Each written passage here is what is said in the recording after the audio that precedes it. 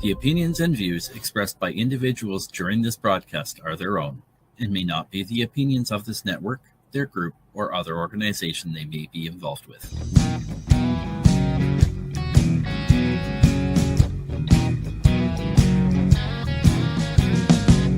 I'm looking at myself, reflections of my mind. It's just the kind of day to leave myself behind. So gently swaying through the fairyland of love. If you'll just come with me, you'll see the beauty of Tuesday evening news. Tuesday evening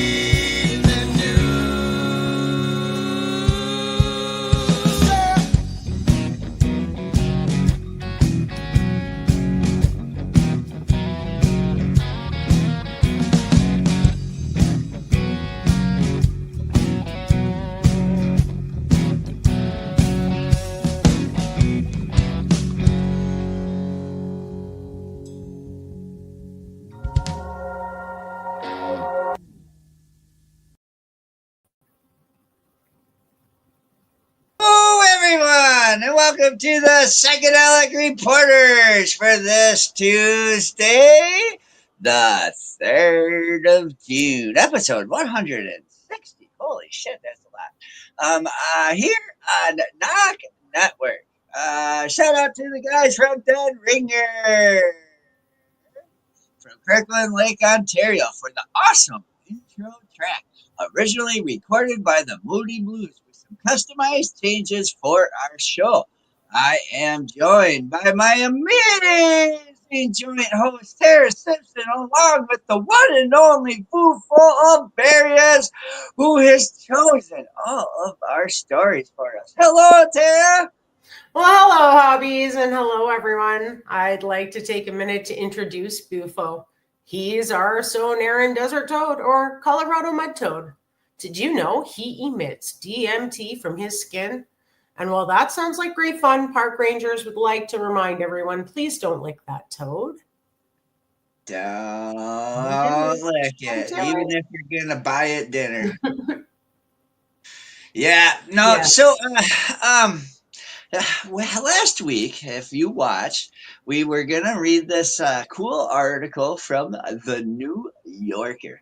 And we reserved it because it was a long article for us to do this show in the beginning. And this is from NewYorker.com. And this is written by Michael Pollan. And this is actually serious. We don't talk much about politics or religion, but I mean, this is a hell of an article. This is Your Priest on Drugs. Dozen of religious leaders experienced magic mushrooms in a university study. Many are now evangelists for psychedelics. Wow. Yeah, this is going to be a pretty long read, but we'll get into it. In October 2015, Hunt Priest, then a minister for Emmanuel Apostolic Church on Mercer Island in Washington State, was flipping through the Christian Century, a progressive Protestant magazine, when an advertisement caught his eye, seeking clergy to take part in a research study of psilocybin and sacred experience. Psilocybin is a hallucinogenic compound found in certain mushrooms.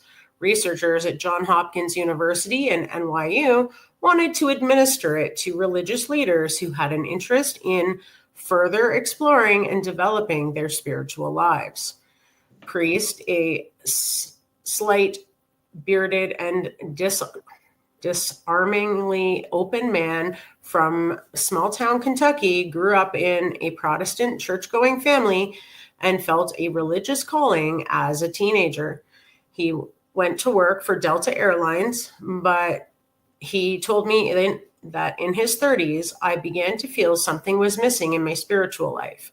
He started reading Buddhist texts, including Thich Nhat Hanh, Living Buddha, Living Christ, which eventually steered him back towards Christianity. At 37, he entered seminary. By that time, Priest saw the ad. He was burnt out. He ministered to an affluent bedroom community near Seattle and felt his work had become more about institutional administration and maintenance that will wrench the spirituality out of most people. He had never experienced psychedelics, a requirement for participation in the study, and he had heard some horror stories. Still, he had always been curious. The study was respected at a respected universities and legal. Why the hell would I not do this? He thought. He began the arduous process of qualifying to participate, a series of phone calls, long questionnaires, in-person interviews in Baltimore, and a medical exam. The team behind the ad included Roland Griffith and William Richards, Hopkins scholars who had contributed to the so-called renaissance of psychedelic research, which began around the turn of the millennium. Griffiths, a psychopharmacologist, first became interested in psychedelics after he had a mystical experience while meditating. That day, he encountered something way, way beyond a material worldview that I cannot really talk to my colleagues about because it involves metaphors or assumptions that I'm really uncomfortable with as a scientist. He told me in 2014 his most influential research focused on therapeutic application of psychedelics. In a 2016 paper published in the Journal of Psychopharmacology, Griffiths, Richards, and several other scientists reported that psilocybin could help treat fear and anxiety in cancer patients. The study has been cited more than 1,000 times. Numerous clinical trials of psilocybin, MDMA, and other psychedelics followed. I first encountered the small community of psychedelic researchers while writing about the cancer study for this magazine. I met many more when I wrote a book about their work. And since then, I've argued that psychedelics have the potential to treat mental illness and teach us about the mind. In 2020, I helped establish a psychedelic research center at UC Berkeley. And after I learned that Griffiths was dying of cancer, I donated a new chaired professorship that he considered part of his legacy. Along the way, I learned that in 2012, Richards and Anthony Bossis, a clinical psychologist at NYU, had started discussing psychedelics and religion. To me, these experiences can be spiritual, Bossis told me when we met in his Manhattan office. The researcher set out to answer several questions. Would psychedelic experiences enhance the well-being and vocation of religious leaders as compared with study participants in the control group who were still waiting for their session?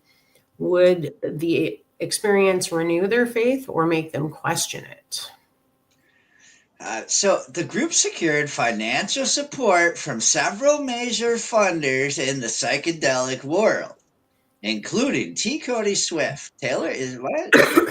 A philanthropist who has a master's degree in existential phenomenological psychology, and Carrie and Claudia Turnbull, who have funded studies and invested in companies that are pursuing psychedelic medical treatments. Swift and Claudia Turnbull both went on to participate in the research. Swift by interviewing participants and writing a narrative amount of their sessions, and Turnbull by facilitating sessions at Johns Hopkins. Oh man, that'd be so cool being at Johns Hopkins.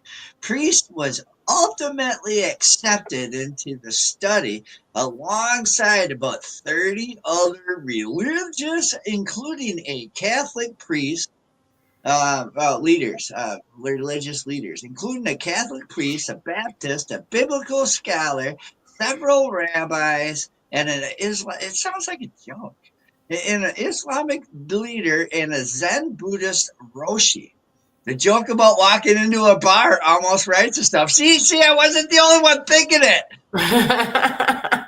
Priest was one of his 4 Episcopalians. I'm sorry for not saying that correctly. The final sample, like the demographics of the study team, skewed white, 97% Christian, 76%, and male, 69%. Recruitment through ads and direct outreach to religious communities proved difficult, especially for religions such as Islam, Buddhism, and Hinduism. Religious proscriptions against mind-altering substances may have played a role. Finding willing rabbis, however, was easy. The challenge was finding ones who were psychedelically naive. Wow.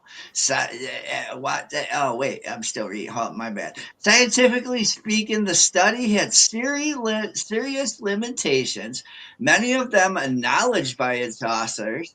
The sample was small, self selecting, and representative.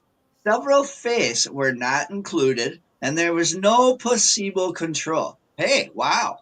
Expectancy effects can also have a profound impact on psychedelic research, and a case can be made that participants were primed to have a certain kind of experience. On questionnaires filled out months after their sessions, for examples, participants were asked about their sacred experience. Andrew Gelman, a statistician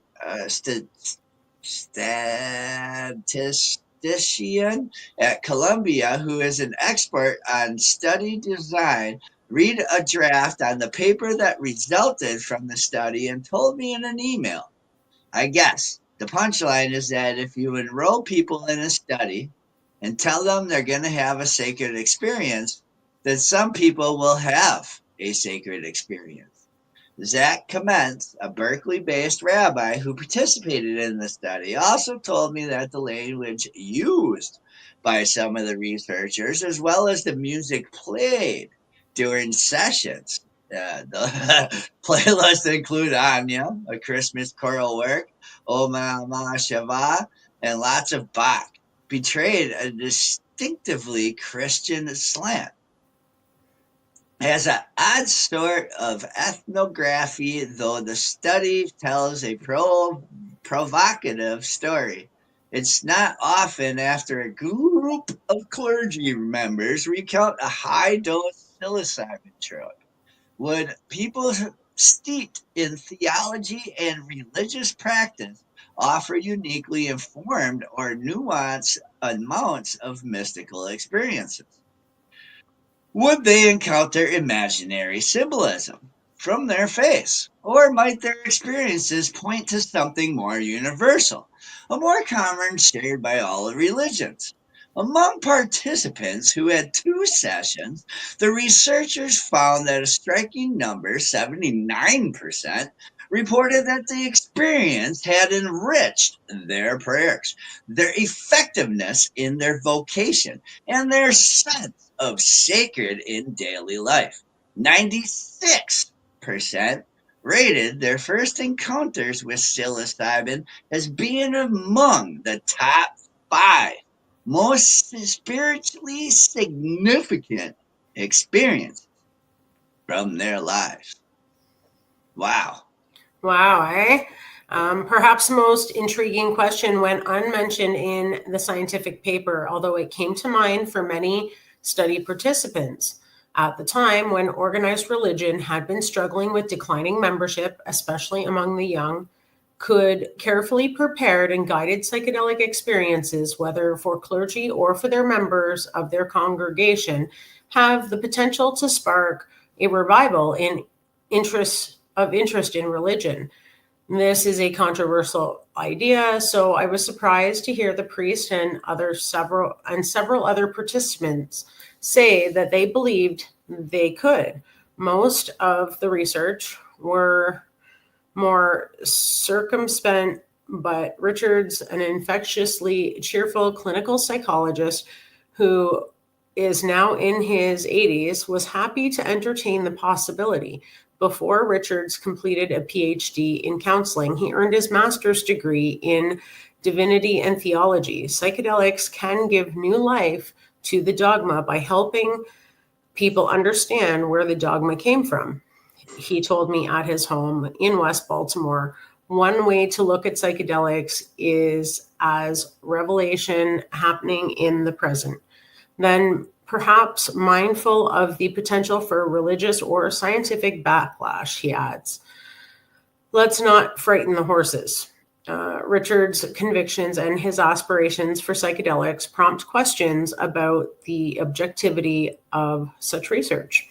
Rick Strassman, a psychiatrist at the University of New Mexico who conducted psychedelic research in his in his early 90s, suggested to me that at least some of the researchers came to the study with a mission to demonstrate the spiritual and psychological value of psilocybin. He pointed to the risk of selection bias. Those who volunteer are likely to be spiritually hungering for a mystical experience, which increases the chance that they will have one. I would not think that a stodgy Thalamic scholar would want to participate, he told me. For them, it's the world and the law. Spiritual experience alone is not that important. In 2020, Matthew Johnson, a Johns Hopkins researcher and co-author of the Religious Leaders Study, made similar warnings in an article he titled Consciousness, Religion, and Gurus, Pitfalls of Psychedelic Medicine. He wrote of scientists and clinicians imposing their personal religious or spiritual beliefs on the practice of psychedelic medicine. When priests stepped into the psychedelic sessions room at Johns Hopkins, he felt both excited and anxious. The vibe of the space was more living room than clinic. It had a cozy couch for participants to lie on, vaguely spiritual-looking artwork on the walls, and a small statue of Buddha on the bookshelf. Richards, who has a wide, toothy grin, was one of the two facilitators or guides present to supervise the experience. Priest told me that before he took the blue capsule that Richards offered him in an incense burner shaped like chalice, he admitted feeling nervous. He couldn't recall exactly what Richards said in response, but he remembered the message that he received. You should be nervous. You're about to meet God. The cross-pollination of religion and psychedelics has a long history. In the psychedelic community, it's virtually an article of faith that hallucinogenic plants and fungi played a role in the visions and mystical experiences that helped give rise to some religions. The Eleusinian Mysteries, the annual rite honoring Demeter that has performed in Greece for nearly 2,000 years, climaxed with the consumption of a potion called the Kykeon, which was said to give the participants visions of the afterlife and enable them to commune with their ancestors.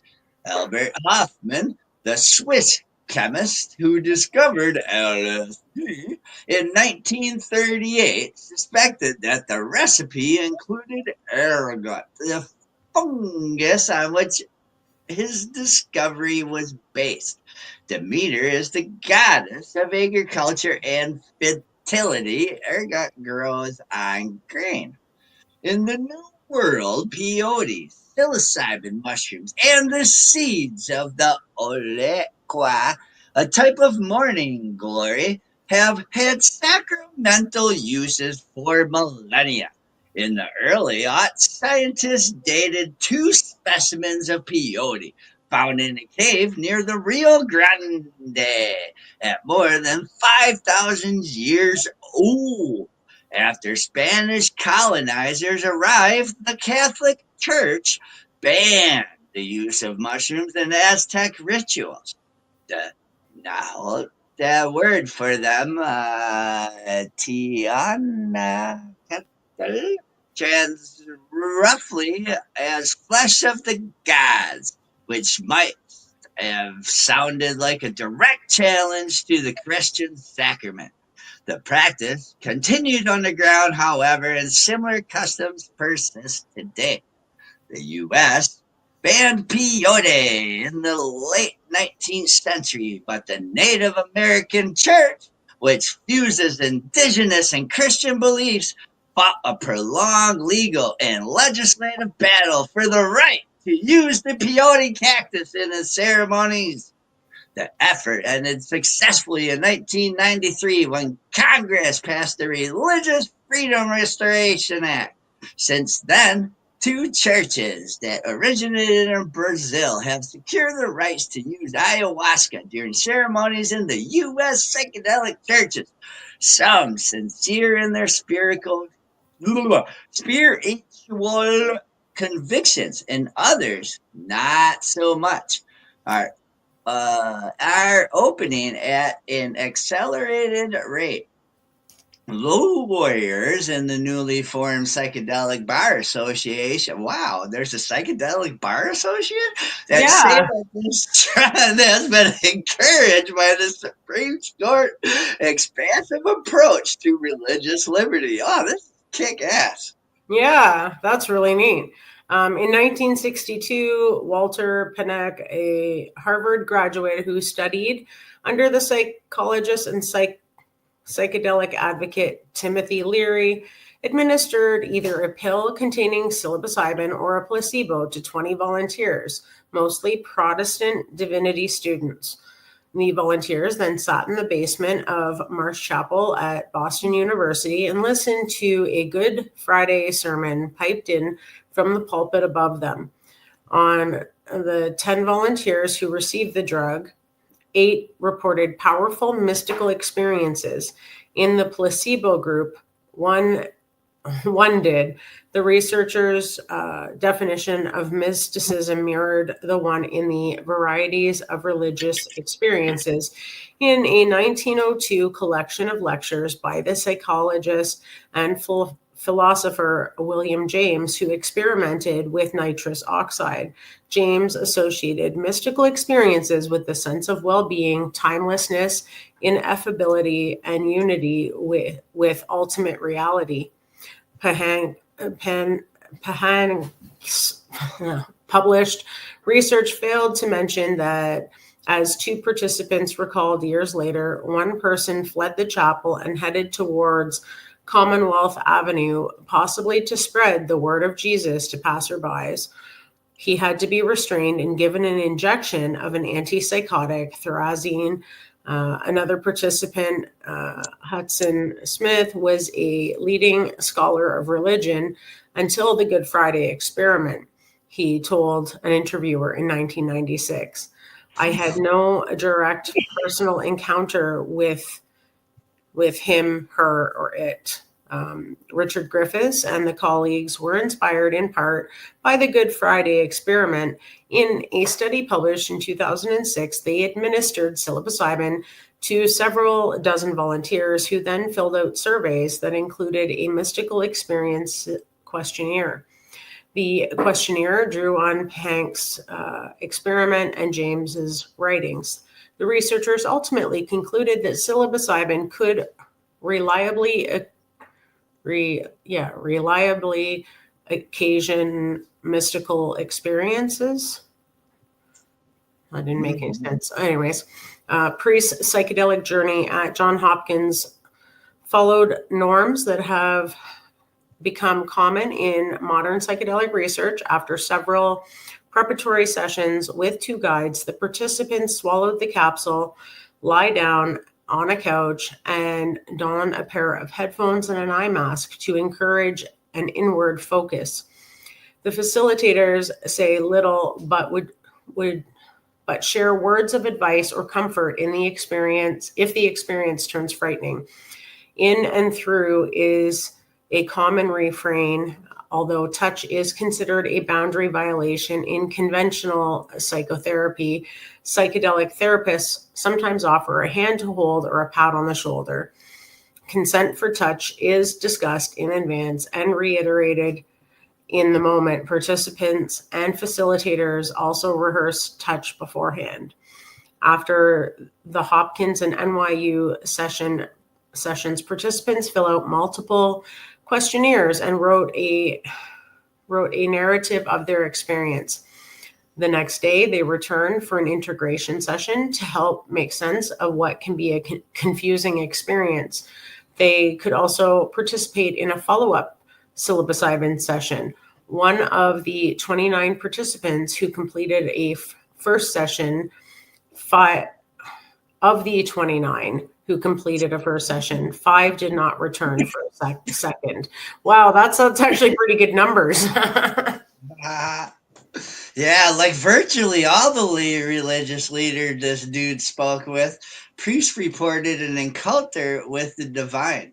His session began with gorgeous visuals, fractal patterns that reminded him of mosaics in a mosque. Then a spiraling current of electricity seemed to take up residence in his left thigh. He felt it more powerfully up his body and lodge up in his throat. I thought my Adam's apple was about to explode, he told me. Both guys could sense his distress, and one reached out to comfort him. Priest later publicly spoke about a guy touching his head, which drew criticism online. But a university review of video recordings contradicted Priest's encounter. To Priest, the touch felt like the ritual Christian gesture of the laying on of hands. He remembers a guy holding his feet as the electrical sensations intensified. It blew out of the top of my head, and then I started making those sounds that felt religious and spiritual and sacred. Priest recalled. I realized I was speaking in tongues, which I had never done before. Speaking in tongues is not an episcopal sort of thing. Looking back, Priest described the experiences in distinctly religious but not strictly Christian terms. I would say now that my throat was chakra, had been blocked for a long time, he said. I just felt blocked in what I was preaching. Priest described the quality of his encounter with the divine as erotic. So did a couple of the other participants. One talked about having a spiritual orgasm. Priest also spoke of a reversal of gender roles. The divine felt more masculine, and I felt like I was experiencing it the way a woman would, he told me. It felt so foreign to me as a man that I felt that this must be a woman experience sexuality. After the session, a friend came to pick Priest up and was surprised to find his face flushed. I looked completely different, Priest said. I was like a new creation. Not everyone in the study left their session with such a theological clarity. A Catholic priest from Mexico told me about hearing directly from Jesus. But a Protestant minister said that with a shrug, there was nothing particularly Christian about it.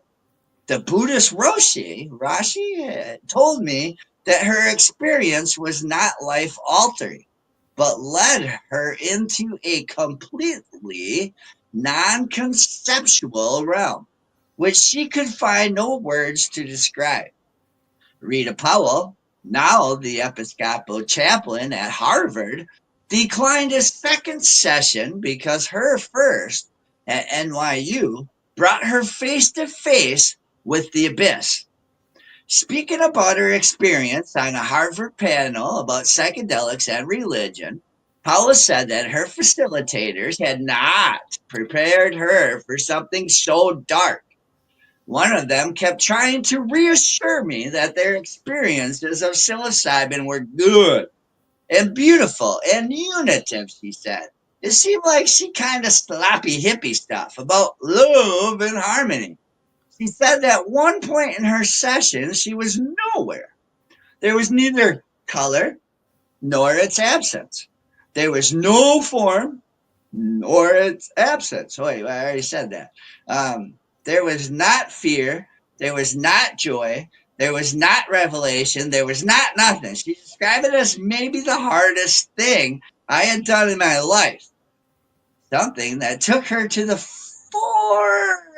furthest limit of human capacity. A peer-reviewed academic paper, Effects on Psilocybin, on Religious and Spiritual Attitudes and Behaviors in Clergy from Various Major World Religions, appears in Psychedelic Medicine this month. Its senior authors are Bassus and Stephen Ross, and a psychiatric professor at NYU Swift and the funder who helped debrief some of the participants also sent me a narrative account that highlights themes from 16 interviews. It reads almost like a psychedelic oral history. Interviewers tended to report authentic spiritual or religious experiences, the account notes. A priest is quoted as saying, I wasn't dreaming. I wasn't imagining. I wasn't hallucinating. Many participants liked their experiences to those of historical and scriptural figures. I was able to experience what the mystics were for some reason able to experience spontaneously, a pastor said. I don't think that my experience was less than theirs. According to the interviews, the divine was not usually embodied or visible, but rather felt as the present that resurfaced reality or a sense of oneness. I realized my verse pulse is God, and my very breath is God, a rabbi said. Wow, this is really long, but kick ass. Yeah. Several participants were surprised to encounter imagery or a dogma outside their own faith. A congregationalist minister described turning into an Aztec god, and then the Hindu god Shiva. No one I spoke to, not even the rabbis, described seeing the stereotypical God of the Old Testament. And many of the religious leaders, men and women alike, experienced the divine as a feminine presence. Participants characterized God as a soothing, maternal, or womb-like. A United Methodist pastor from Alabama called this mind-blowing. Jamie Clark Souls, the Baptist biblical scholar in the study, told me, God struck me as a Jewish mother at one point, which is funny since I'm a Jesus follower. One of the priest's fellow Apostolians, a man reported, I had total deconstruction of hierarchical religion. This is common for participants to gain an appreciation for religions other than their own.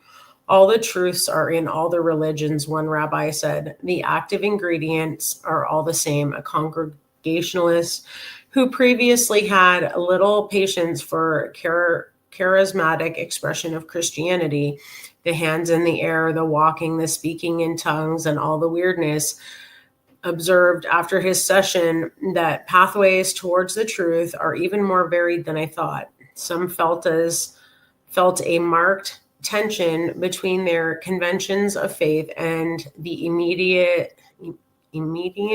of their psilocybin experience. I think I have less tolerance for institutional religion now, a Presbyterian minister is quoted as saying.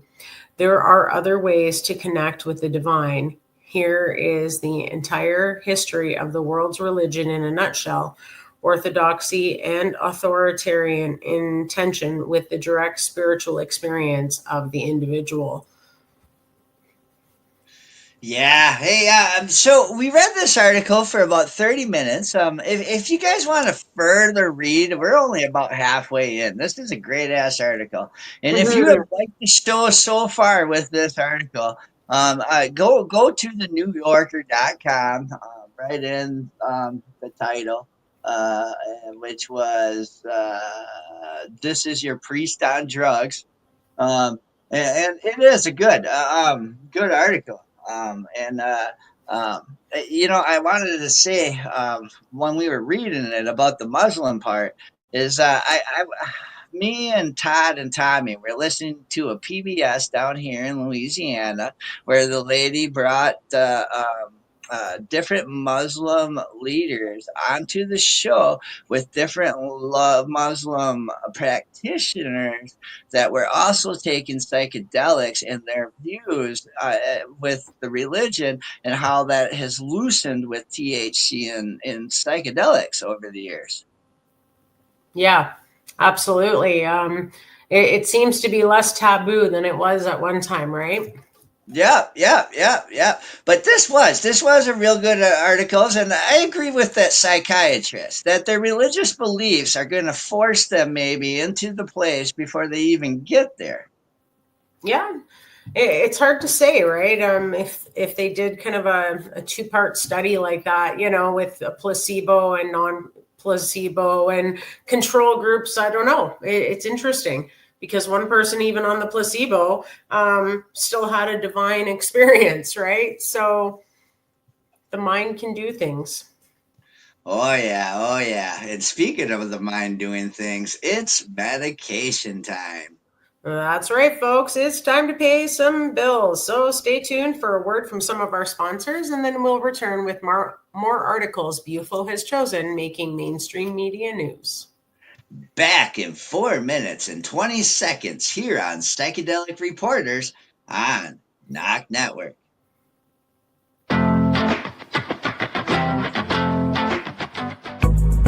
Are you frantically pondering away on your keyboard these days?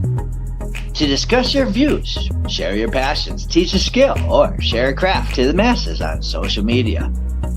Podcasting is a bright light that can help you reach a diverse audience.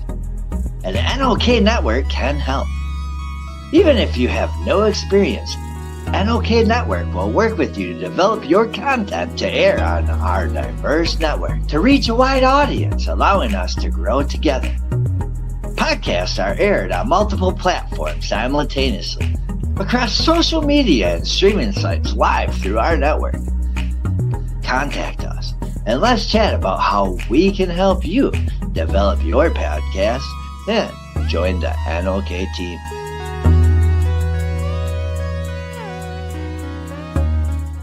Hey, hi, my name is John Mark, aka Sublimator Warrior, and I would like to welcome you to Smoke Signal in Tyndanaga.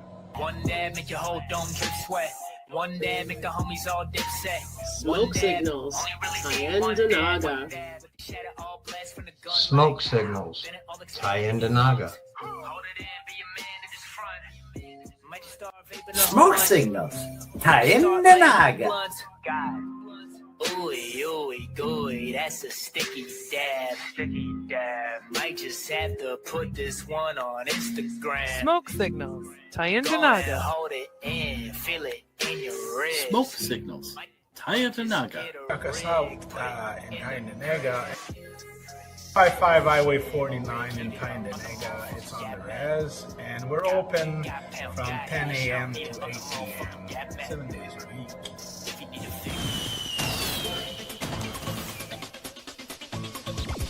Advertising space available at NOK. Contact us for a rate sheet at NOKNetwork.com.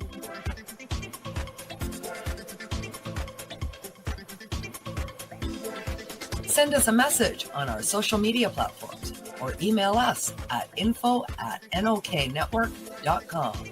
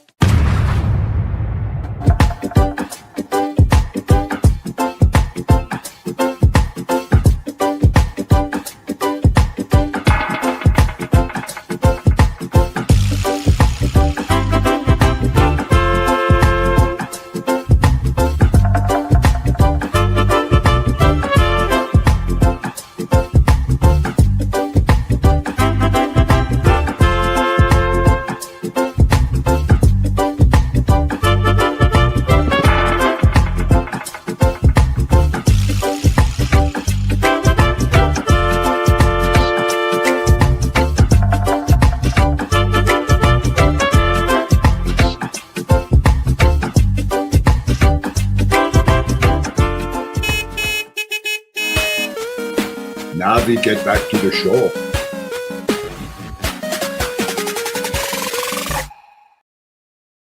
Hey, and we're back from our medication session live on Psychedelic Reporters here on NOK Network. And we have another set of stories coming at you from the realm of psychedelic medicine. So let's get at it. Okay, dokie. Our next article comes from WVOY.com.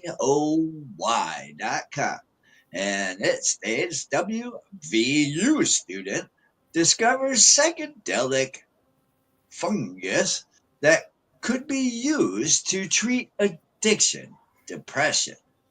And this is in Morgantown, West Virginia. Yeah, so an environmental microbiology major at Western Virginia University has made a discovery that researchers have been searching for years. Corrine Hazel, a junior from Delaware, Ohio, recently discovered a new species of fungus and named it Pergolidua clandestia. I hope I said that right.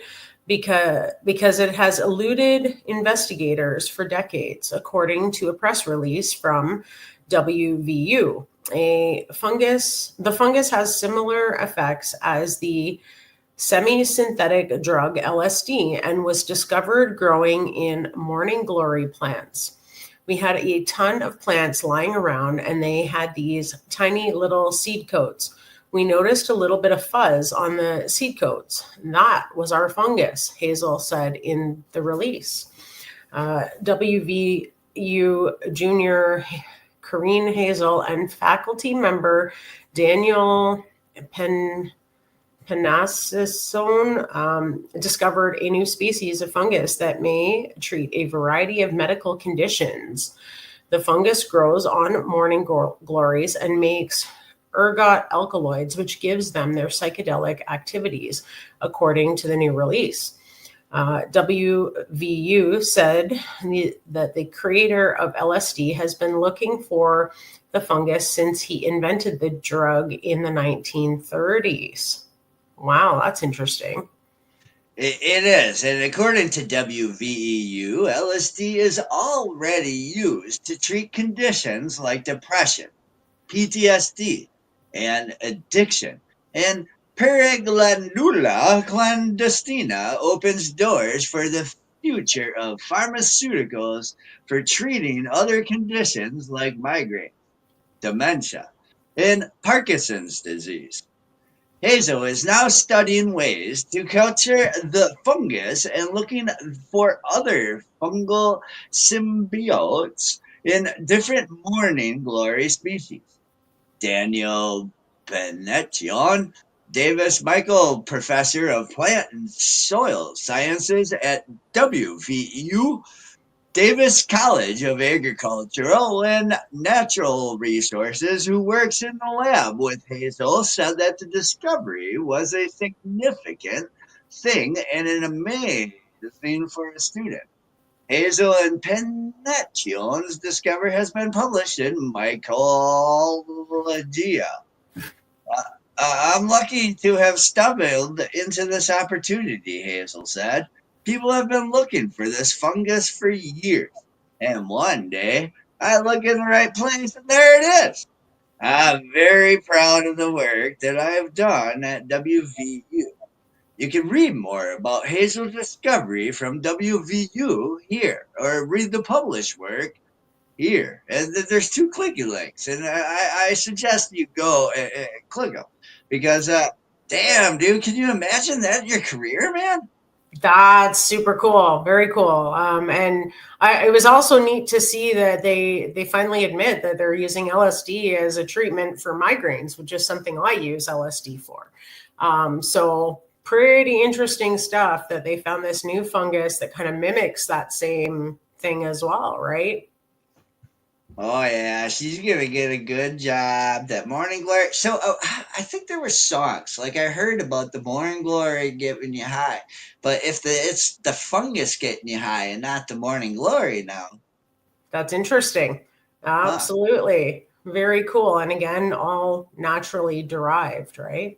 Yeah, all naturally, and for centuries, and who knows what we're still going to find. And in fact, as pharmaceutical and psychedelics go further and further together with the old things, so that brings us to our next article, which is pharmaforum.com.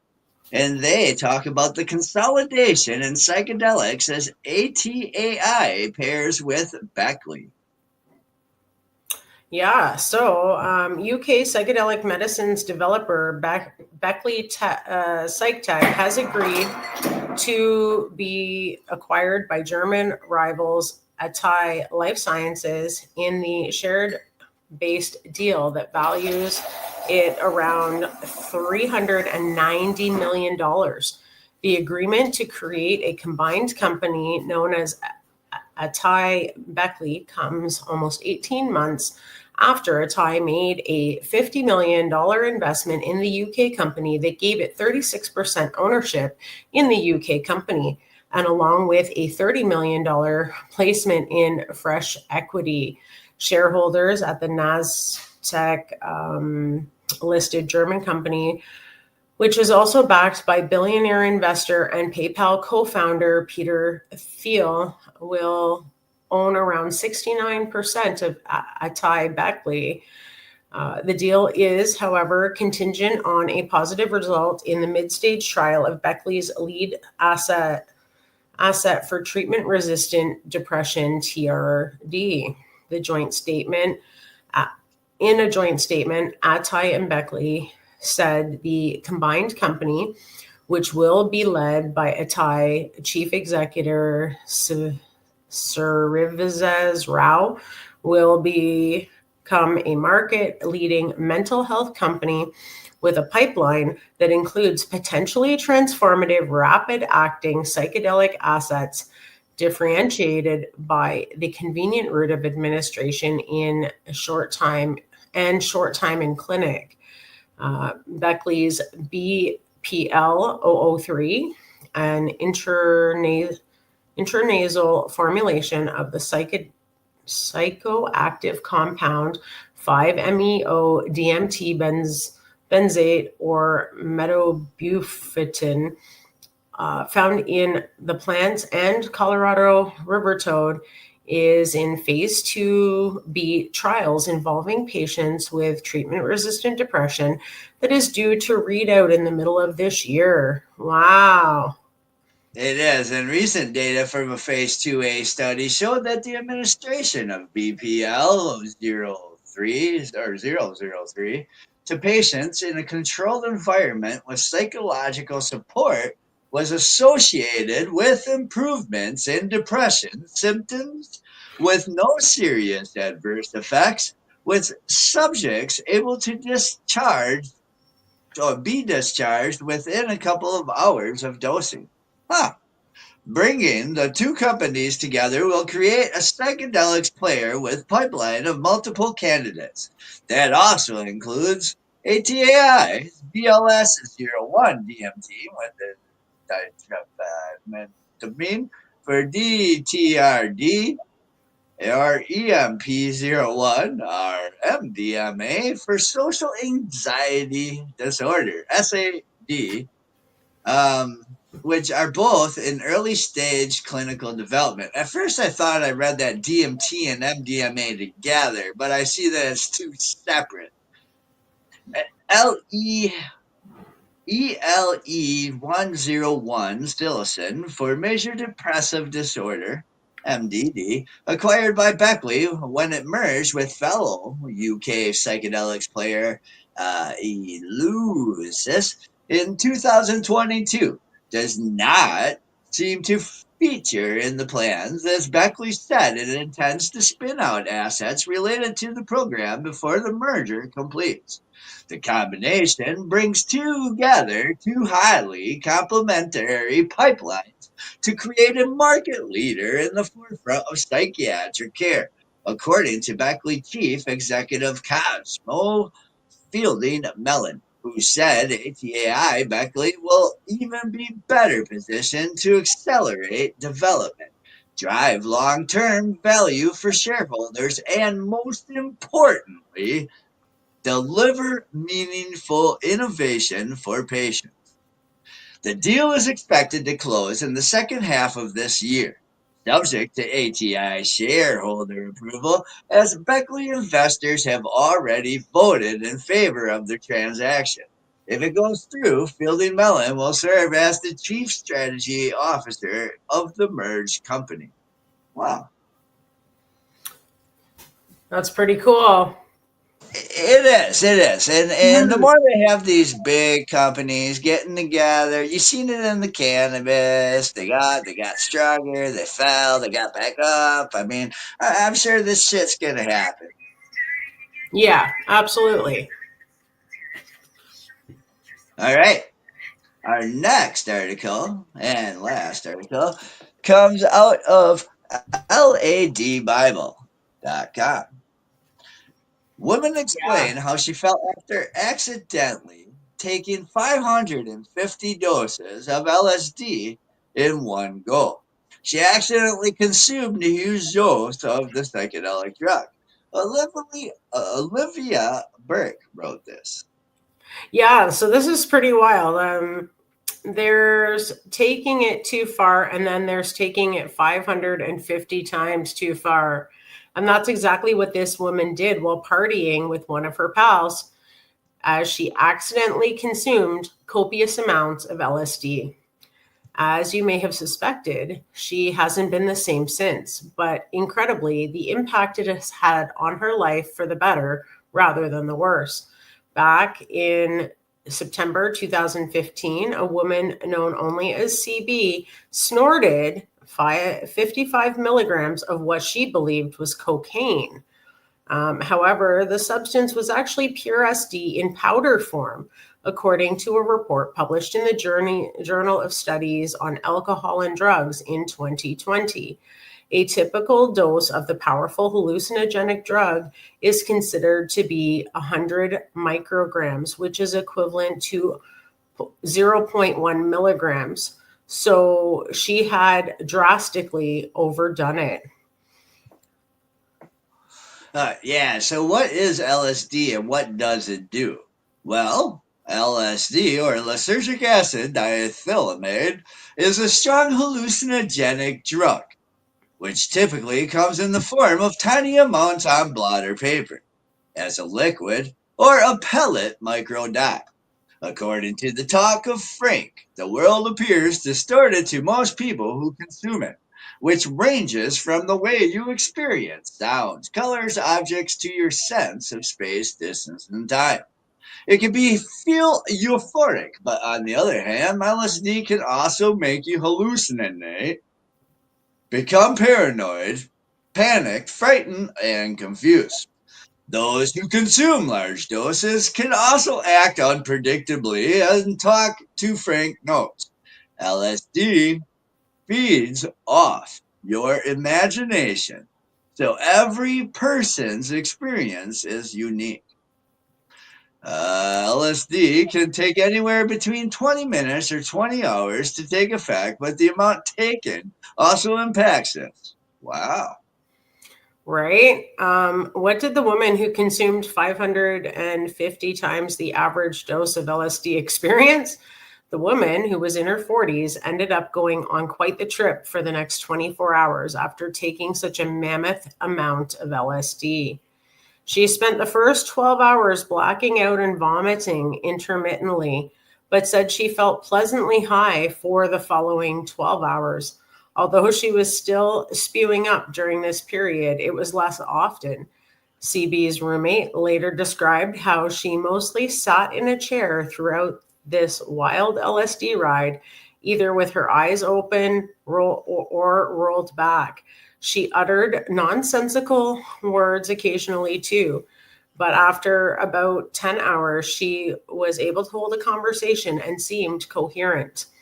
According to Talk to Frankie, LSD trips can last several hours and can be quite intense, with the intensity of it depending on how much you take, your surroundings, and your mood, among other environmental factors. Luckily for this woman, despite taking 550 times the average amount of LSD, she managed to ride it out.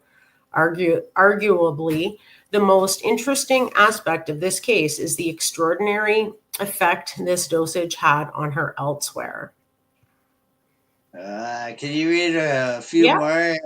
Yeah. Oh, here. What Oh, happened to I found it. Yeah, I found it. What happened to the woman, right? Yeah.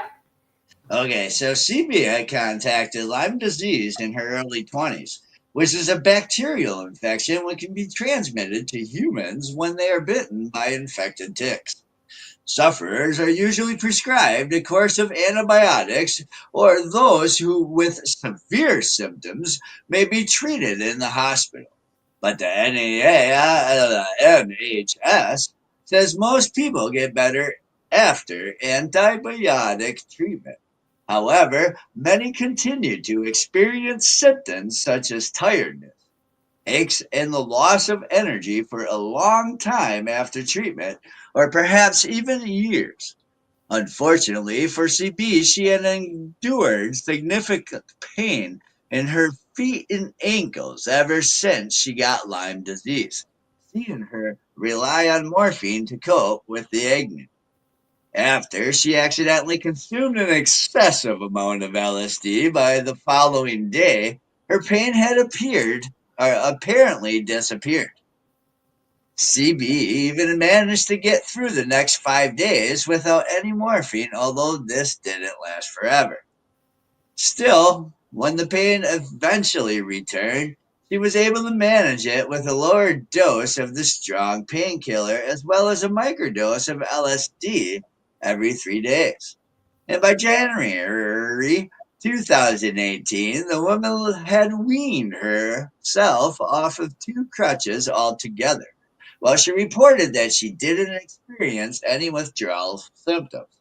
However, she did deal with depression, social withdrawal, and an increase in anxiety after giving up both morphine and the small amount of LSD. Huh. Interesting.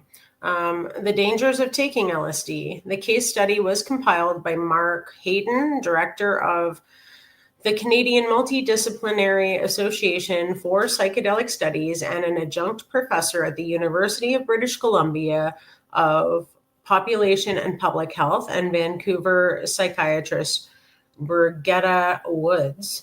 The authors noted that CB's ingestion of 550 times the normal recreational dose of LSD was not fatal and had positive effects on her pain levels and subsequent morphine withdrawal. Although scientists have suggested that 14,000 milligrams of LSD could prove fatal to humans, the experts also pointed out that no overdoses on the drug have ever been recorded. Talk to Frankie explains there's no evidence to suggest consuming the drug does any long-term physical damage. However, it can have lasting psychological effects. People have been known to harm themselves during bad trips. So if you're in a bad mood, feeling depressed or worried, it's best to steer clear. Taking LSD also puts you at risk of worsening any mental health problems, while Talk to Frankie also warns it may be responsible for setting off a mental health problem that had previously gone unnoticed. Flashbacks or ongoing visual distortions can happen occasionally, often causing great distress. It continues. Sometimes these experiences are called hallucinogen persistent perception disorder, although very little is known about why some people are vulnerable and how to help them. You're also running the risk of your worst nightmare coming to life if you have a bad trip on LSD, but make sure you let someone know if you have encountered this, or failing that, head to a nice quiet spot where you feel safe and can relax. In the UK, LSD is a Class A drug, and possession can land you behind bars for up to 7 years, forking out for an unlimited fine or both.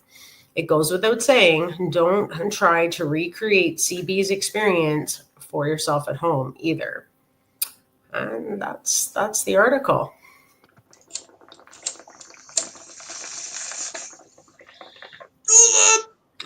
Very, very interesting. Because again, I didn't know that, LSD again has never had any fatal outcomes. That was news to me. I wasn't sure. I figured it probably hadn't, but very interesting that, 550 times a dose and she's still walking and talking and doing okay. Yeah, no, so I like the part that they pointed out that she realized that it was therapeutical, helping her get off of the morphine.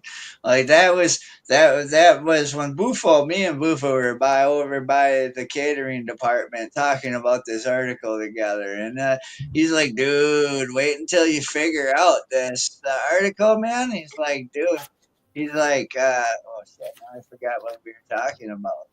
Well, anyways, thank you for joining us here on Psychedelic Reporters on NOK Network, and for tuning in to our video podcast on NOK Network and Rumble and YouTube pages, as well as our social media sites.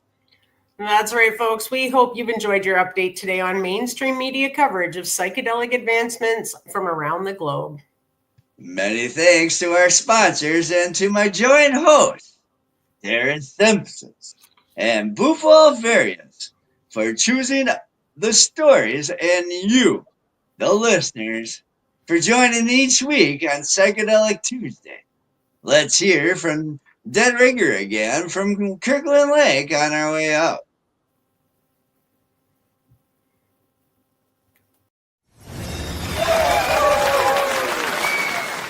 Woo-hoo-hoo!